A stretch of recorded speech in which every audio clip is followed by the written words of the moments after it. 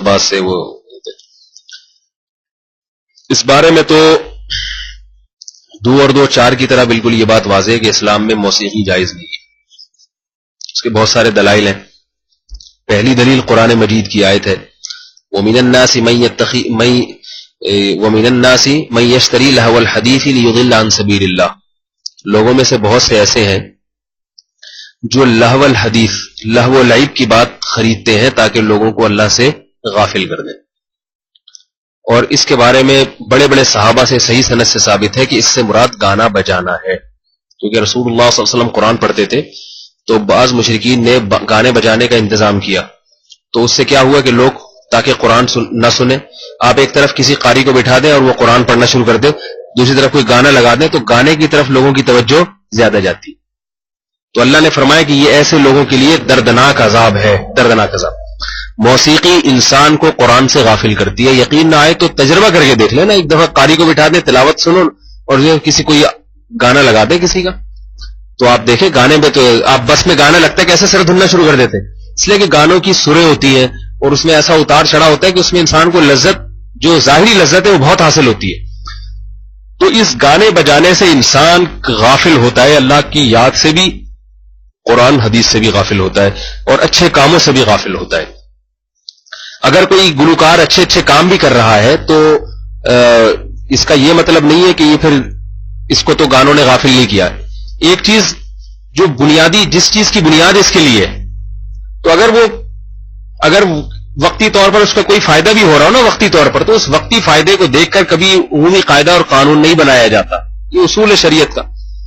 اصل موسیقی میں جو ایک صفت رکھی گئی ہے وہ یہ ہے کہ غفلت پیدا کرنا ہے انسان کو، اچھے کاموں سے دور کر دینا انسان. دوسری بات یہ کہ یہ دلیل اگر کسی کے سمجھ میں نہیں آتی، اول تو آنی چاہیے، قرآن کی آیت ہے، اس کی تفسیر میں صحابہ کے اقوال ہیں. دوسری بات یہ کہ حدیث میں آتا ہے، ترمذی کی حدیث ہے، رسول اللہ صلی اللہ علیہ وسلم نے ارشاد فرمایا، صحیح حدیث ہے، کہ قرب قیامت میں گانے بجانے کے آلات بہت زیادہ ہو جائیں گے. اور آپ نے قیامت کی نشانیوں میں سے یہ نشانی بتائی کہ میری امت میں بھی بہت سے لوگ ایسے ہیں جن کی شکلیں بندر اور خنزیر کی بنا دی جائیں گی، سور کی شکلیں، اور زمین میں دھسنے کا عمل بھی ہوگا، زلزلے بھی آئیں گے اور طوفان بھی آئیں گے. آپ نے فرمایا کہ یہ نشانیاں اس وقت ظاہر ہوں گی جب گانے بجانے کے آلات بھی زیادہ ہو جائیں گے اور گانے بجانے والیاں بھی زیادہ ہو جائیں گی. تو یہ صحیح حدیث ہے ترمذی کی. معازف کے الفاظ ہیں، معازف گانے بجانے کے آلات کو کہتے ہیں. ظاہر ہے آلہ خود تو نہیں گاتا نا، وہ تو موسیقی کو یہاں معازف سے تعبیر کیا گیا جو موسیقی کے آلات ہیں. تیسری بات یہ، وعلیکم السلام، تیسری بات یہ کہ اگر موسیقی کی اسلام میں گنجائش ہوتی تو موسیقی کی دھن ایک ایسی چیز ہے جس کی طرف ہر ایک کی توجہ جاتی ہے، ہر ایک کی توجہ. یہ ایک انسان کو وقتی طور پر ریلیکس کرنے کا ایک سستا اور بہترین آلہ ہے. وقتی طور پر انسان اس سے ریلیکس ہو جاتا ہے، جیسے شراب پی کے وقتی طور پر فٹ فاٹ ہو جائے گا، نہیں ہو جائے گا، وہ الگ بات ہے، اس کے پر نتائج آہستہ آہستہ بھیانک نکلتے ہیں. تو موسیقی سن کے بھی وقتی لذت بہت حاصل ہوتی ہے، اور وقتی لذت کی جتنی بھی چیزیں ہیں ان کو ہر دور کے انسان نے اختیار کیا ہے، ہر دور کے انسان نے. یہی وجہ ہے کہ آپ دیکھیں گے کہ ہر قوم میں موسیقی کا رواج رہا ہے.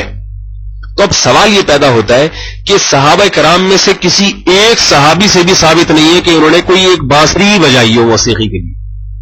تو اگر اسلام میں اس کی اجازت ہوتی تو یہ تو ایسی مرغوب چیز ہے کہ 1,24,000 سے زیادہ صحابہ، ان میں کوئی تو موسیقی کا استعمال کرتا ہے ریلیکس ہونے کے لیے. شراب پیتے تھے وہ لوگ، جب اسلام نے منع کیا چھوڑ دی.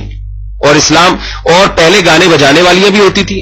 غزوہ بدر میں کیا ہوا ہے؟ غزوہ بدر میں جب ابو جہل آیا ہے لشکر کو لے کے تو باقاعدہ موسیقی کے آلات بھی لایا اور ناچنے والیاں بھی اپنے ساتھ لایا. سب ناچے گائے اور جو ان کا ایک فنکشن تھا انہوں نے کیا لڑائی سے پہلے تاکہ قوم میں جوش پیدا ہو. صحابہ کرام میں سے کسی نے یہ کام نہیں کیا. تو جس چیز کا داعیہ موجود ہو پھر بھی وہ کام نہ کیا جائے تو یہ اس کی علامت ہوتی ہے کہ اس کام پر پابندی لگی ہوئی ہے. سمجھ رہے ہیں بات کو؟ اس کی مثال ایسے ہے جیسے دیکھو کھانے کا شوق تو ہر ایک کو ہے یا نہیں ہے؟ لہذا ہم صبح بھی کھاتے ہیں، دوپہر بھی کھاتے ہیں، رات بھی کھاتے ہیں، جب بھوک لگے گی کھائیں گے. لیکن رمضان میں کیا ہوتا ہے، کوئی غیر مسلم آئے دیکھے کہ یار یہ نہ صبح کا ناشتہ کر رہے ہیں، نہ دوپہر کا کھانا کھا رہے ہیں، نہ شام کی چائے پی رہے ہیں، کچھ پیش کرو ان کے سامنے تو بھی نہیں کھاتے، تو وہ کیا کہے گا؟ لگتا ہے کہ ان پر کوئی پابندی لگی ہوئی ہے. کوئی اسے نہ بھی بتائے نا کہ پابندی ہے، پھر بھی وہ کہے گا بھائی پیٹ تو ان کے ساتھ بھی ہے، شوق تو ان کو بھی ہے، ضرورت تو ان کو بھی ہے، پھر بھی یہ نہیں کھا رہے، سارے کے سارے نہیں کھا رہے، تو لگتا ہے اگرچہ میں نے سنا نہیں گئی لیکن یقیناً پابندی ان پر لگی ہوئی ہوگی، تبھی ضرورت کے باوجود نہیں کھا رہی۔ تو اگر ہمارے پاس بالفرض کوئی بھی قرآن کی آیت نہیں ہے، کوئی بھی حدیث نہیں ہے موسیقی کے حرام ہونے پر، تو سوال پیدا ہوتا ہے کہ اسلامی تاریخ میں صحابہ کرام کا اتنا طویل دور، نبی علیہ السلام کی 23 سالہ زندگی، صحابہ کرام کا اتنا طویل دور، کوئی ایک صحابی، حالانکہ دل موسیقی کی طرف ہر ایک کا مائل ہوتا ہے جو بھی بشر ہوگا، تو اس کے باوجود بھی کسی ایک صحابی نے ایک بانسری تک کا استعمال کیوں نہیں کیا؟ اس کی علامت ہے کہ ان پر پابندی لگی ہوئی تھی اور وہ انہی آیات اور ان حدیث کو پابندی سمجھتے تھے۔ تو ہم کون ہوتے ہیں اس کو جائز قرار دینے والے؟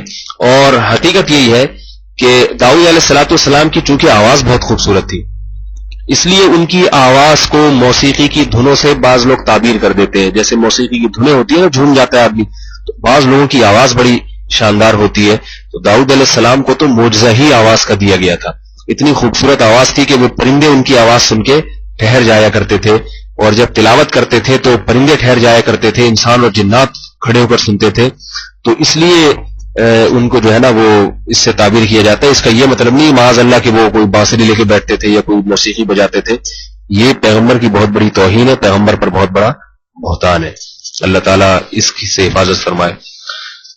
اور بھی اس میں کہنے کو بہت کچھ ہے لیکن عقل مند کے لیے اتنا ہی کافی ہے میرا خیال ہے، تو چھوڑ دیں، اللہ تعالیٰ کے جنت میں انشاءاللہ موسیقی بھی سنوائیں گے، سارے سرور بھی وہاں پر جو ہے نا ہوں گے انشاءاللہ، اتنے کے لیے چھوڑ دیں۔ باقی یہ کہ موسیقی اچھی لگتی ہے وہ فطرت ہے، انسان فطرت ہے، فطرت کا مطلب یہ کہ جو بھی سر والی آواز ہوگی اس کی طرف انسان کی طبیعت مائل ہوتی ہے۔